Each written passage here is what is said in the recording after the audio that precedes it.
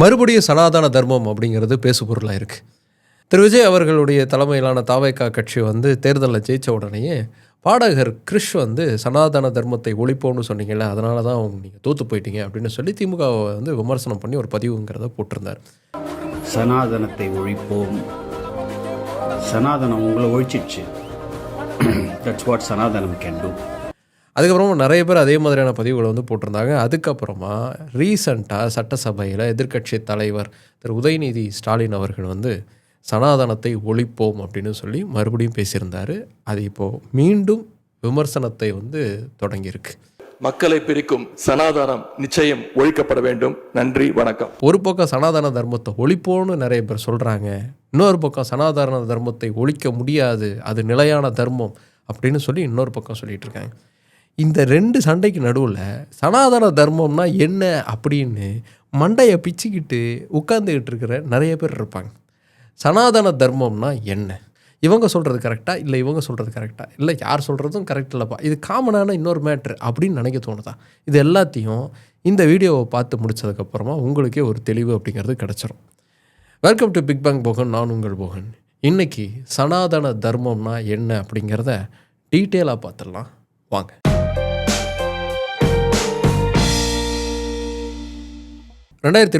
வருஷம் தமிழ்நாடு முற்போக்கு எழுத்தாளர்கள் சங்கம் அமைப்பு சார்பாக நடத்தின ஒரு நிகழ்வில் தான் அப்போது துணை முதல்வராக இருந்த திரு உதயநிதி ஸ்டாலின் அவர்கள் சனாதன தர்மத்தை ஒழிப்போம் அப்படின்னு சொல்லி முழக்கம் வச்சார்.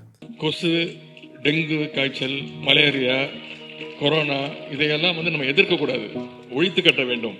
அப்படிதான் இந்த சனாதனம். அதுதான் நாடு முழுக்க எதிரொலிகளை உருவாக்குச்சு. சனாதன தர்மத்தையே ஒழிக்கணும்னு பேசுகிற அளவுக்கு உங்களுக்கு தைரியம் இருக்கா அப்படிங்கிற மாதிரிலாம் நிறைய விமர்சனங்கள் முன்வைக்கப்பட்டுச்சு. திமுகவுடைய கூட்டணியில் இருந்து இப்போது தாவேகா கூட்டணிக்கு மாறி இருக்கக்கூடிய காங்கிரஸே சனாதன தர்மத்தில் எங்களுடைய நிலைப்பாடு திமுகவோடு கிடையாது, நாங்கள் சனாதன தர்மத்தை காப்பதற்காக தான் உழைக்கக்கூடிய கட்சி அப்படின்னு ஸ்டேட்மெண்ட் கொடுக்குற அளவுக்கு நிலமை போச்சு. முன்னாள் டெபுட்டி சிஎம் பேசியிருந்த அதே சமயத்தில் +2 பாடப்புத்தகத்திலேருந்து ஒரு பேஜை எடுத்து சர்க்குலேஷனில் விட்டாங்க. அதில் இதுதான் இருந்துச்சு. அதில் சனாதன தர்மம் அப்படிங்கிறது இந்து மதத்தை குறிக்கும், பிற உயிர்களுடைய வேதனைகளை கண்டு கவலைப்படுபவன், வேதனைப்படுபவன் தான் உண்மையான ஹிந்து, அதை குறிக்கக்கூடிய ஒரு சொல்லு தான் சனாதன தர்மம் அப்படின்னு +2 பாடப்புத்தகத்தில் தெளிவாக விளக்கம் அப்படிங்கிறது கொடுக்கப்பட்டிருந்துச்சு. முன்னாள் டெபுட்டி சிஎம் சொன்ன விஷயம் ஒன்று, ஆனால் அதுக்கு அப்படியே நேர் ஆப்போசிட்டாக தமிழ்நாடு பாடப்புத்தகத்திலே இருந்த ஒன்று. இதில் எது சரி? சனாதனத்தை ஒழிப்போம் அப்படிங்கிற ஐடியாலஜி எங்கேருந்து வருது? சனாதன தர்மம் பாதுகாக்கப்பட வேண்டிய ஒன்று அப்படிங்கிற எண்ணம்ங்கிறது எங்கேருந்து வந்துச்சு? இதை நம்ம புரிஞ்சுக்கணும் அப்படின்னா முதல்ல சனாதன தர்மம் அப்படின்னா என்ன அப்படிங்கிறத புரிஞ்சுக்கணும். பொதுவாக சனாதன தர்மம் அப்படிங்கிறதுக்கு நார்த் இந்தியாவிலையும் சவுத் இந்தியாவிலையும் அதுலேயும் குறிப்பாக தமிழ்நாட்டிலையும் இருவேறு புரிதல்கள் அப்படிங்கிறது இருக்குது. சனாதன தர்மம் அப்படிங்கிறது ஒட்டுமொத்த இந்து மதத்தை குறிக்கும், இந்து மதத்துடைய புனிதத்தன்மையை குறிக்கும், இந்து மதத்துடைய மொராலிட்டியை குறிக்கும், இந்து மதத்துடைய தர்மத்தை குறிக்கும், இந்து மதத்தை பாதுகாப்பதற்கான ஒரு குறியீடாக சனாதன தர்மம் அப்படிங்கிறது பார்க்கப்படுது. தன்னை சனாதானிகள், சனாதன தர்மிகள் அப்படின்னா இந்து மதத்தை பின்பற்றக்கூடிய இந்துக்கள் வட இந்தியாவில் பதிவு பண்ணுறாங்க. அது இப்போன்னு கிடையாது, 19ஆம் நூற்றாண்டிலேயே இது நடந்திருக்கு. பிரிட்டிஷ் ஆட்சி காலகட்டத்தில் பஞ்சாப் பகுதியில் சென்சஸ் அப்படிங்கிறது எடுக்கிறாங்க. அப்படி சென்சஸ் எடுக்கும்போது ஹிந்து மதத்தை பின்பற்றக்கூடிய மக்கள் அவங்களுடைய மதமாக, அவங்க யாருங்கிறத அடையாளப்படுத்தக்கூடிய விதமாக ஹிந்துக்கள் அப்படின்னு பதிவு பண்ணலை, சனாதன தர்மிகள் அப்படின்னு தான் பதிவு பண்ணியிருக்காங்க. அந்த பதிவேட்டில் அப்படி தான் இருக்குது. ஸோ நார்த் இந்தியாவில் இப்படி ஒரு புரிதல் இருக்கு இல்லையா? ஆனால் தமிழ்நாட்டில் எடுத்துக்கிட்டிங்க அப்படின்னா இந்த மாதிரியான ஒரு புரிதல்ங்கிறது கிடையாது. சனாதனம் அப்படிங்கிறதும் இந்து மதம் அப்படிங்கிறது வேறு ஒன்று. அதனால தான் சனாதனத்தை ஒழிக்கணும் அப்படின்னு சொல்கிறாங்க. இப்போ வேறு ஒன்றுனா எது தான் சனாதனம்? சனாதனம்ங்கிறதுக்கான டெஃபினிஷன் என்ன அப்படிங்கிறதுலேருந்து நம்ம ஆரம்பிக்கலாம். சனாதன தர்மம் அப்படிங்கிறதுக்கு என்னென்னா நிலையான தர்மம், என்றைக்குமே அதுக்கு அழிவு கிடையாது அப்படிங்கிற ஒரு டெஃபினிஷனை தான் சொல்லுவாங்க. சனாதனம் அப்படின்னா நித்தியம், எப்போவுமே அழிவில்லாத ஒன்று. தர்மம் அப்படின்னா அழிவில்லாத தர்மம் அப்படிங்கிற ஒரு புரிதல் பொதுவாக இருக்குது. ஆனால் இந்த தர்மம் அப்படிங்கிற சொல்லுங்கிறது பொதுவாக எல்லோரும் நினைக்கிற மாதிரி மாரல், எத்திக்ஸ், தர்மத்தை குறிக்கக்கூடிய ஒரு சொல் கிடையாது. தமிழில் இந்த தர்மத்துக்கு இணையான சொல் எது அப்படின்னா அறம் அப்படிங்கிறத சொல்லலாம். ஆனால் அறம் அப்படிங்கிறது தான் இந்த சனாதன தர்மத்தில் இருக்கக்கூடிய தர்மம் அப்படிங்கிற அந்த சொல் குறிக்குதா அப்படின்னு கேட்டால் இல்லை. தர்மம் அப்படிங்கிற சமஸ்கிருத சொல்லுக்கு மாரல் எத்திக்ஸ் அப்படிங்கிறதை தாண்டி அதெல்லாம் கடைசியாக தான் வரும். முதல்ல எது வரும் அப்படின்னா ரூல்ஸ் அண்ட் ரெகுலேஷன்ஸ், டியூட்டிஸ் அப்படிங்கிறது தான் வரும். ஒருவனுடைய கடமை, கடைபிடிக்க வேண்டிய சட்டம், இதை குறிப்பது தான் தர்மம். இந்து மதத்துடைய கோட்பாடுகள், கடைபிடிக்க வேண்டிய சட்டங்கள் அப்படிங்கிறது ஸ்மிருதிகள் அப்படிங்கிறதுல விளக்கப்படுது. இந்த மனுஸ்மிருதி அப்படிங்கிறத அப்படி தான் சொல்லுவாங்க. இந்த மனுஸ்மிருதி அப்படிங்கிறதுடைய உண்மையான பேர் என்ன தெரியுமா? மனுவா தர்மசாஸ்திரா அப்படிங்கிறது தான். தர்மசாஸ்திரா அப்படிங்கிறது வர்றது எல்லாமே சட்ட புத்தகம் அப்படிங்கிறது தான். நிறைய தர்மசாஸ்திராங்கிறதெல்லாம் இருக்குது. அது எல்லாமே என்னென்ன சட்டம் எப்படி கடைபிடிக்கப்படணும் அப்படிங்கிறத குறிக்கக்கூடிய ஒன்று. மனுஸ்மிருதியில் மட்டும் இல்லை, ரிக்வேதத்தில் இது சொல்லப்படுது. ரிக்வேதத்திலேயே சனாதன தர்மம் அப்படிங்கிற சொல் பயன்படுத்தப்பட்டிருக்கு. இது அக்னி கடவுளுக்கான ஒரு ஸ்லோகம். இதில் பார்த்தீங்க அப்படின்னா சனாதன தர்மங்கிற நிலையான கடமைகளை யார் ஒருவரும் மீறிடாமல் இருக்கணும் அப்படிங்கிறத வலியுறுத்துது. இதை இன்னும் சிம்பிளாக பார்க்கணும் அப்படின்னா மகாபாரதம் எல்லாருக்கும் தெரியும். இந்த மகாபாரதத்தில் அர்ஜுனனும் கிருஷ்ணனும் போர்க்களத்தில் இருப்பாங்க. இப்போ அர்ஜுனன் வந்து எதிர நிற்கிறதெல்லாம் என் சொந்தக்காரங்க, நான் எப்படி அவங்கக்கிட்ட சண்டை போடுவேன் அப்படின்னு கேட்கும்போது கிருஷ்ணர் வந்து அர்ஜுனனுக்கு உன்னுடைய கடமைகள் இது அப்படின்னு சொல்லி பேசுவார். நீ ஒரு சத்திரிய குலத்தில் பிறந்தவன், உனக்கான கடமைகள் அப்படிங்கிறது போரிடுவது தான். நீ கடைபிடிக்க வேண்டிய கடமை, நீ கடைபிடிக்க வேண்டிய சட்டம் அப்படிங்கிறது போர் செய்வது தான். அதனால் முன்னாடி யார் இருக்காங்கலாம் பார்க்காம போர் செய் அப்படிங்கிற ஒரு அர்த்தத்தில் வந்து பேசுவார். அதில் உன்னுடைய தர்மம், உன் குலத்திற்கான தர்மம் அப்படிங்கிறது போர் செய்வது தான் அப்படிங்கன்னு தர்மம் அப்படிங்கிற அந்த சொல்ல அந்த இடத்துல அந்த பொருளை தான் அவர் பயன்படுத்துகிறார். ஸோ தர்மம் அப்படிங்கிறது சட்டம், கடைபிடிக்க வேண்டிய கடமைகள், டியூட்டிஸ், ரெஸ்பான்சிபிலிட்டிஸ் அப்படின்னு நம்ம எடுத்துக்கலாம். இந்து மதத்தில் இருக்கக்கூடிய சட்டத்திட்டங்களை முழுமையாய் கடைபிடிப்பவன், கண்ணை மூடிக்கிட்டு அதை அப்படியே பின்பற்றுபவன் தான் உண்மையான சனாதனி அப்படிங்கிற பொருள் வரும். ஸோ இப்படி சட்டங்களை பின்பற்றுபவன் தான் உண்மையான சனாதனி. அப்படின்னா அந்த சட்டங்கள் என்ன சொல்லுது? சனாதன தர்மம், an advanced text book of Hindu religion and ethics அப்படிங்கிற ஒரு புத்தகங்கிறது 1904 வருடம் வெளியிடப்பட்டுச்சு. அன்னி பெசன்ட் அம்மையாரால் துவக்கி வைக்கப்பட்ட சென்ட்ரல் ஹிந்து காலேஜுடைய ட்ரஸ்டீஸாக ஒன்றா சேர்ந்து வெளியிட்ட புத்தகம் இது. இந்த புத்தகத்தில் சனாதன தர்மம்னா என்ன, சனாதன தர்மத்தை பின்பற்றக்கூடியவர்கள் யார் அப்படிங்கிறத பற்றின தெளிவான விளக்கம் அப்படிங்கிறது இருக்குது. இது வந்து ஒரு ப்ராப்பரான ஒரு டெக்ஸ்ட் புக் எக்ஸாம்பிளாக நம்ம எடுத்துக்கலாம். இந்த சென்ட்ரல் ஹிந்து காலேஜ் மூலமாக தான் 20ஆம் நூற்றாண்டில் கல்லூரிகளில், பள்ளிகளில் இந்து தர்மத்தை போதித்து அதன் மூலமாக கல்வியையும் போதிக்கக்கூடிய புத்தகங்கள்லாம் வெளியிடப்பட்டுச்சு. அதனால் இது ஒரு ஆத்தென்டிக் சோர்ஸாக நம்ம எடுக்கலாம். இதில் என்ன மாதிரியான விஷயங்கள்லாம் முன் வச்சுருக்காங்க அப்படின்னா, சனாதன தர்மம் அப்படிங்கிறது இந்து மதத்தை குறிக்கும். இந்த இந்து மதம் அப்படிங்கிறது இந்தந்த புத்தகங்களை எல்லாம் உள்ளடக்கிய ஒன்று. அதன் மூலமாக தான் இந்து தர்மத்தை நாம் கற்றுக்க முடியும்.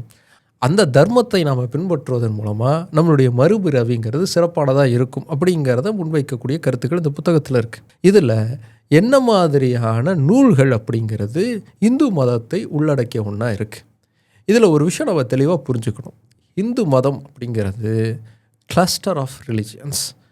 சைவம் அப்படிங்கிறது ஒரு தனி மதமாகவே இருந்திருக்கு. அதற்கு பிறகு தான் இது வந்து இந்து மதத்தோடு ஒன்றா சேர்ந்துச்சு. ஆங்கிலேயர்களுடைய ஆட்சி காலகட்டத்தில் இது இப்படி பல பிலீஃப்ஸாக இருந்தது எல்லாமே ஒரு குடையின் கீழே வந்து ஒன்றா கொண்டு வரப்பட்டுச்சு. இதை பற்றி ரொம்ப டீட்டெயிலாக தனியாக ஒரு சீரீஸாகவே பிக் பேங் போகனுடைய வெப்சைட்டில் வந்து நம்ம பண்ணியிருந்தோம். bohan.tv அப்படிங்கிற வெப்சைட்டுக்கு நீங்கள் போனீங்கன்னா அதில் இதை பற்றின முழுமையான சீரீஸ் அப்படிங்கிறது இருக்குது. அது வீடியோ ஆன் டிமாண்டுங்கிற ஃபார்மெட்டில் இருக்கும். நீங்கள் பே பண்ணி அந்த வீடியோவை பார்க்கணுன்னா பார்த்துக்கலாம். அதில் கம்ப்ளீட்டாக இந்து மதத்துடைய முழுமையான வரலாறு அப்படிங்கிறத நாங்கள் பதிவு பண்ணியிருக்கோம். இப்போ நாம் இந்த விஷயத்துக்கு வரலாம். நவீன இந்து மதம் அப்படிங்கிறது வேதங்களையும் உபனிஷத்களையும் ஸ்மிருதிகளையும் உள்ளடக்கிய ஒன்று. மொத்தம் 4 வேதங்கள் அப்படிங்கிறது முதன்மையான வேதங்களாக சொல்லப்படுது. ரிக், யஜூர், சாமா, அதர்வா அப்படிங்கிற வேதங்கள். அடுத்தது உபனிஷத்கள்ங்கிறது வருது. இந்த உபனிஷத்கள் அப்படிங்கிறது ஒரு 108 உபனிஷத்களாக இருக்குது. அதுக்கு அடுத்தது ஸ்மிருதிகள் அப்படிங்கிறது வருது. இந்த ஸ்மிருதிகளில் தான் மனுஸ்மிருதி, யஜ்னவல்கியா ஸ்மிருதி, கௌதம ஸ்மிருதி, ஹரித ஸ்மிருதி, பரஷரா ஸ்மிருதி, யாம ஸ்மிருதி, விஷ்ணு ஸ்மிருதின்னு இப்படி ஸ்மிருதிகள் வருது. இப்படி ஒரு 18 ஸ்மிருதிகள் இருக்குது அப்படின்னு சொல்லுவாங்க. இது எண்ணிக்கையை பொறுத்து யார் என்றாங்களோ எப்படி என்றாங்களோ அது மாறும். 18லேருந்து 36 ஸ்மிருதிகள் வரும். ஒரு சில கணக்குகளில் பார்த்திங்கன்னா 100 ஸ்மிருதிகள் கூட வரும்னு சொல்லுவாங்க. பொதுவாக 18 ஸ்மிருதிகள் இருக்குது அப்படிங்கிற மாதிரியான ஒரு புரிதல்ங்கிறது இருக்குது. சரி, இதெல்லாம் என்ன சொல்லுது, இதெல்லாம் எதை முன்வைக்குது அப்படின்னா, இதுக்கு ஸ்பிரிச்சுவலாக ஒவ்வொரு ரீசன், ஒவ்வொரு அர்த்தங்கள் அப்படிங்கிறத சொல்லுவாங்க. நம்ம ஸ்பிரிச்சுவலுக்கு போவோன்னா ப்ராக்டிக்கலாக நம்ம பார்ப்போம். ப்ராக்டிக்கலாக இந்த புத்தக தொகுப்புகள் என்னென்ன விஷயங்களை முன்வைக்குது அப்படிங்கிறத நம்ம பார்க்கலாம். வேதங்கள் அப்படிங்கிறது கடவுளை எப்படி வணங்கணும், கடவுளுக்கு எப்படி பூஜை செய்யணும், கடவுளுக்கு ஏற்ற மந்திரங்களை அது சொல்லுது. அதே மாதிரி கடவுளுக்கு எதை பலி கொடுக்கணும், எப்படிலாம் பலி கொடுக்கணும் அப்படிங்கிறதையும் அது தெளிவாக விளக்குது. கடவுளுக்கு பலி கொடுப்பாங்களா? கருப்புசாமி கோயிலுக்கு இதுக்கு தானே பலி கொடுப்பாங்க, இந்த மாதிரியான கோயிலுக்கெல்லாம் கூட பலி கொடுக்குறதெல்லாம் வருமா அப்படின்னு நீங்கள் யோசிக்கிறீங்களா? ஆரம்பத்தில் பலி கொடுக்கப்பட்டுச்சு. பலி கொடுப்பவர்கள் தான் பிராமின்ஸாக இருந்தாங்க, பார்ப்பனர்களாக இருந்தாங்க. இதை நீங்கள் டீட்டெயிலாக நான் ஏற்கனவே சொன்னேன் இல்லையா, போகன்.tv அதில் போய் பார்த்தீங்கன்னா தெளிவான உங்களுக்கு எக்ஸ்ப்ளனேஷன் அப்படிங்கிறது அதில் இருக்குது. இதெல்லாம் வேதங்கள். உபனிஷத்கள் அப்படிங்கிறது ஃபிலாசபிக்கலான விஷயங்களை சொல்கிறது. உதாரணத்துக்கு ஆன்மானா என்ன, ஆன்மாக்குள்ளே என்ன இருக்குது அப்படிங்கிறதை தத்துவார்த்த ரீதியாக பேசக்கூடியது உபனிஷத்கள். ஸ்மிருதிகள் அப்படிங்கிறது என்னென்னா தெளிவான ரூல்ஸ் அண்ட் ரெகுலேஷன்ஸ். இந்த வேதங்களையும் உபனிஷத்களையும் அடிப்படையாக வைத்து நடைமுறையில் இருக்கக்கூடிய விஷயங்களுக்கு தெளிவான சட்டத்திட்டங்களை வகுத்தது தான் இந்த ஸ்மிருதிகள். இந்த ஸ்மிருதிகளை தான் ஒவ்வொருத்தரும் தினமும் என்ன செய்யணும், ஏதாவது ஒரு பிரச்சனை வந்துருச்சுன்னா அந்த பிரச்சனைக்கு என்ன தீர்வு சொல்லணும், எல்லாமே அதில் தான் சட்டத்திட்டங்களாக கொடுக்கப்பட்டிருக்கு. இப்படி சட்டத்திட்டங்களாக கொடுக்கப்பட்டிருக்கு இல்லையா, இப்படி கொடுக்கப்பட்டதில் அதிகமாக வர்ணாசிரமத்தை அடிப்படையாக கொண்டும் சாதியை அடிப்படையாக கொண்டும் இங்கே சட்டத்திட்டங்கள் தெளிவாக வகுக்கப்பட்டிருக்கு. வர்ணாசிரமம் அப்படின்னா எல்லாருக்கும் தெரியும்னு நினைக்கிறேன். பேசிக் அண்டர்ஸ்டாண்டிங்க்கு நான் சொல்லிடுறேன். பிரம்மனுடைய தலையிலிருந்து பிறந்தவன் பார்ப்பனன், கைகளிலிருந்து பிறந்தவன் சத்திரியன், தொடையிலிருந்து பிறந்தவன் வைசியன், பிரம்மனுடைய கால் பாதத்திலிருந்து பிறந்தவன் சூத்திரன். இந்த 4 வர்ணத்தின் அடிப்படையில் தான் கேஸ்ட் சிஸ்டம் அப்படிங்கிறதே உருவாயிருக்கு.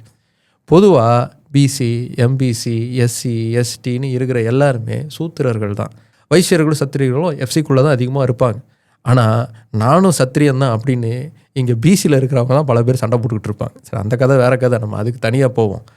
இப்போது இப்படி இந்த வர்ணாசிர சிஸ்டம் அப்படிங்கிறது இருக்கு இல்லையா, இந்த வர்ணா சிஸ்டத்தை அடிப்படையாக வச்சு சாதி அப்படிங்கிறது உருவாக்கப்பட்டிருக்கு இல்லையா, இந்த சாதி அடிப்படையில் தான் இந்த ஸ்மிருதிகளில் சட்டத்திட்டங்கள் அப்படிங்கிறது அதிகமாக இருக்குது. இந்த சட்டத்திட்டங்களில் ஒவ்வொரு வர்ணத்தை சார்ந்தவனும் எப்படி அவனுடைய கடமைகளை பின்பற்றணும், அந்த கடமைகள்லேருந்து மாறினா அவனுக்கு என்ன மாதிரியான தண்டனைகளை தரணும், உயர் சாதிக்கு எதிராக செயல்பட்டாங்கன்னா அவங்களுக்கு என்ன தண்டனை தரணும், இன்டர்காஸ்ட் மேரேஜ் சாதி விட்டு சாதி திருமணம் பண்ணாங்கன்னா என்ன நடக்கணும், அதுக்கு என்ன தண்டனை தரணும், அந்த திருமண முறை எப்படி நடந்திருக்கு, பார்ப்பன ஆணுக்கும் ஒரு சூத்திர பெண்ணுக்கும் திருமணம் நடந்திருந்தால் அது எப்படி பார்க்கணும், பார்ப்பன ஆணுக்கும் ஒரு சத்திரிய பெண்ணுக்கும் திருமணம் நடந்திருந்தால் உறவு ஏற்பட்டிருந்தால் அது எப்படி அணுகணும், அதுவே ஒரு சூத்திர ஆணுக்கும் ஒரு பார்ப்பன பெண்ணுக்கும் திருமணம் நடந்துருச்சு இல்லை உறவு ஏற்பட்டுருச்சுன்னா அதை எப்படி அணுகணும், அப்படி ஏற்பட்ட அந்த திருமண உறவில் பிறந்த குழந்தைகளுக்கு என்னென்ன உரிமைகள் இருக்குது, அவங்களுக்கு சொத்துரிமை இருக்கா,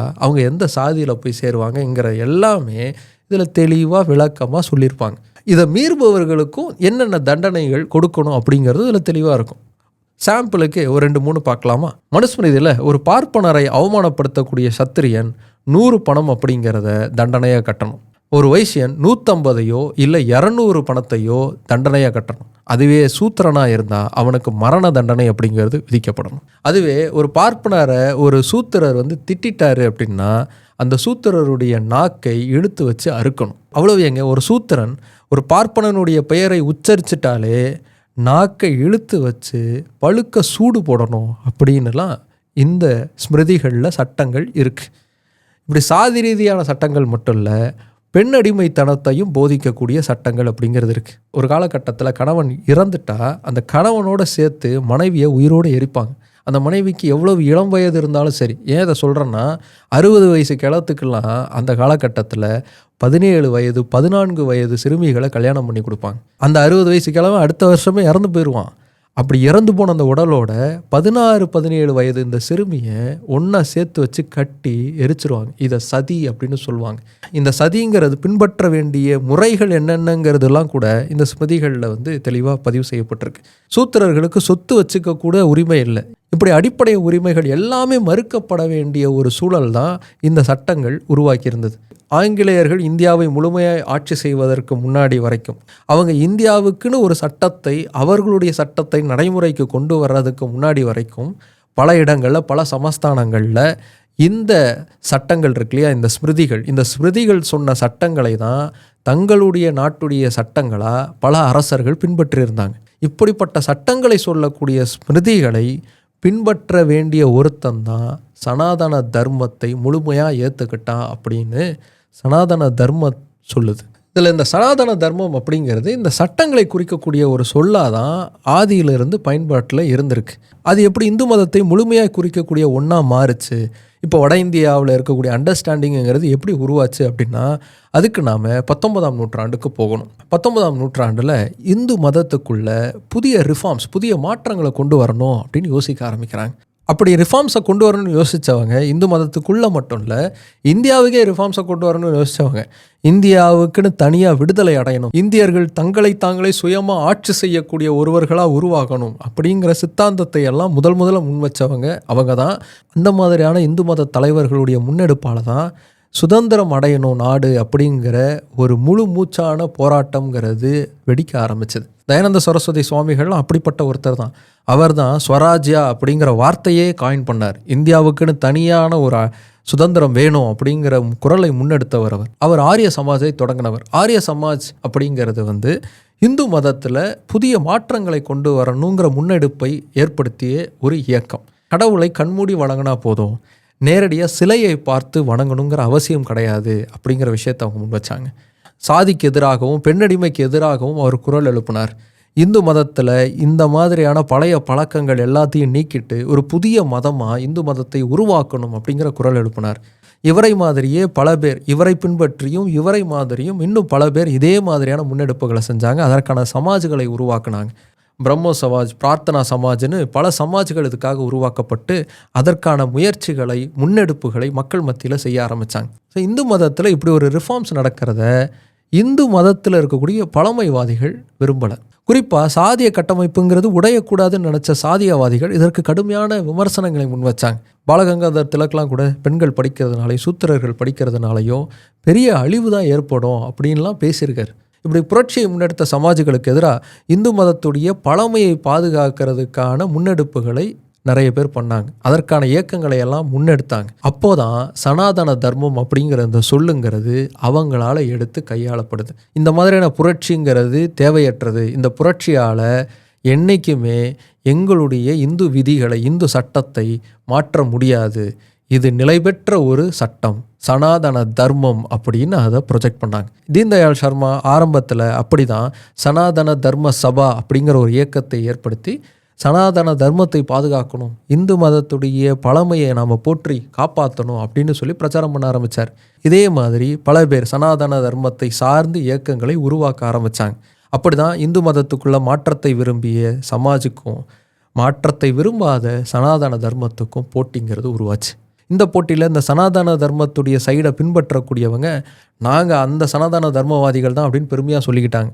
அப்படி தான் ஆங்கிலேயர்கள் எடுத்த சென்சஸ்லலாம் கூட அவங்க தங்களை இந்துக்கள்னு பதிவு பண்ணாமல் சனாதன தர்மிகள் அப்படின்னு பதிவு பண்ணாங்க. இப்படி தொடங்கின இந்த மோதலுங்கிறது காலப்போக்கில் அதற்கப்புறம் அந்த பிரச்சாரத்தில் எப்படி மாறிடுச்சு அப்படின்னா, இந்து மதம் தான் சனாதன தர்மம் அப்படிங்கிற ஒரு ப்ரொஜெக்ஷனுக்கு போயிடுச்சு. பல மடங்களும் மடாதிபதிகளும் சனாதன தர்மம் அப்படிங்கிற அந்த சொல்லை இந்து மதத்தை முழுமையாய் குறிக்கக்கூடிய ஒரு சொல்லாக வட இந்தியாவில் பயன்படுத்த ஆரம்பித்தாங்க. அது தென்னிந்தியாவிலையும் ஆந்திரா மாதிரியான பகுதிகளுக்கு அதிகமாக அதே செய்தி தான் போய் சேர்ந்துச்சு. ஆனால் தமிழ்நாட்டில் நிலைமை வேறு. தமிழ்நாட்டில் சாதியத்திற்கு எதிராகவும் பெண்ணடிமைக்கு எதிராகவும் ஜஸ்டிஸ் பார்ட்டி ஆரம்பிக்கிறதுக்கு முன்னாடியில் இருந்தே போராட்டங்கள் முன்னெடுக்கப்பட ஆரம்பிச்சிருச்சு. டாக்டர் சி நடேசன் ஐயா, தியாகராயன் ஐயா, அலமேலு மங்கை தாயாராம்மாள் அவர்கள், அதே மாதிரி பண்டிதர் அயோத்திதாசர், ரெட்டமலை சீனிவாசன் ஐயா, இப்படி பல பேர் தொடர்ந்து பல விஷயங்களை, பல போராட்டங்களை முன்னெடுத்தாங்க. அதற்கு பிறகு பெரியார் எடுத்த போராட்டங்கள், அதை அரசியல் ரீதியாக அந்த சமூக நீதியை உறுதிப்படுத்திய அண்ணா, அவரை தொடர்ந்து பின்பற்றி இன்னைக்கு வரைக்கும் இருக்கக்கூடிய திராவிட முன்னேற்றக் கழகம், திராவிட அரசியல், இது எல்லாமே தொடர்ந்து தமிழ்நாட்டில் இந்த முன்னெடுப்பை தான் செஞ்சுக்கிட்டு இருக்காங்க. ஸோ ஸ்மிருதிகள் என்னும் அநீதியான விதிகளுக்கு எதிராக இங்கே அரசியல் அப்படிங்கிறது இருந்துக்கிட்டே இருந்திருக்கு. அதனால தான் தமிழ்நாட்டை பொறுத்த வரைக்கும் சனாதன தர்மம் அப்படிங்கிறது இந்து மதத்தை குறிக்கக்கூடிய ஒன்றா இல்லாமல் சமூக அநீதியாகவும் சமத்துவமற்ற நிலையை குறிக்கக்கூடியதாகவும் சாதியை தூக்கி நிறுத்தக்கூடிய ஒன்றாகவும் பெண்களுக்கு எதிரான ஒரு நிலைப்பாட்டையும் பெண்ணடிமை தனத்தை போற்றக்கூடிய ஒன்றாகவும் பார்க்கப்படுது. ஸோ இந்த புள்ளியில் தான் சனாதன தர்மம் அப்படிங்கிறத ஒரு முழுமையான இந்து மதத்தை குறிக்கக்கூடிய ஒரு சொல்லாக இங்கே பல பேர் பார்க்குறதே கிடையாது. அதனால தான் சனாதன தர்மம் அப்படிங்கிறது இங்கே தேவையற்ற ஒன்றா பார்க்கப்படுது. ஆனால் அங்கே வட இந்தியாவில் சனாதன தர்மம் அப்படிங்கிறது போற்றப்பட வேண்டிய ஒன்றா பார்க்கப்படுது. இப்போ இந்த 2 அண்டர்ஸ்டாண்டிங்கை நம்ம பார்த்துட்டோம். இதுதான் ஆக்சுவலான ஹிஸ்ட்ரி. இதில் நீங்கள் என்ன அண்டர்ஸ்டாண்டிங்க்கு வரீங்க? சனாதன தர்மம் அப்படிங்கிறது இந்து மதத்தை குறிக்கக்கூடிய ஒன்றா தான் இருக்குதுன்னு நினைக்கிறீங்களா? இல்லை சனாதன தர்மம் அப்படிங்கிறது இந்த சமூக அநீதியை தூக்கி பிடிக்கக்கூடிய ஒன்றா இருக்குதுன்னு நினைக்கிறீங்களா? இதில் எது சரி அப்படின்னு நீங்கள் நினைக்கிறீங்க அப்படிங்கிறத கீழே கமெண்ட் பண்ணுங்கள். சரி, ஓகே பஸ், சனாதன தர்மம்னா என்ன அப்படிங்கிற அண்டர்ஸ்டாண்டிங் இப்போ உங்களுக்கு தெளிவாக வந்திருக்கும்னு நினைக்கிறேன். அடுத்து இன்னொரு இன்ட்ரெஸ்டிங்கான வீடியோவில் உங்களை வந்து பார்க்குறேன்.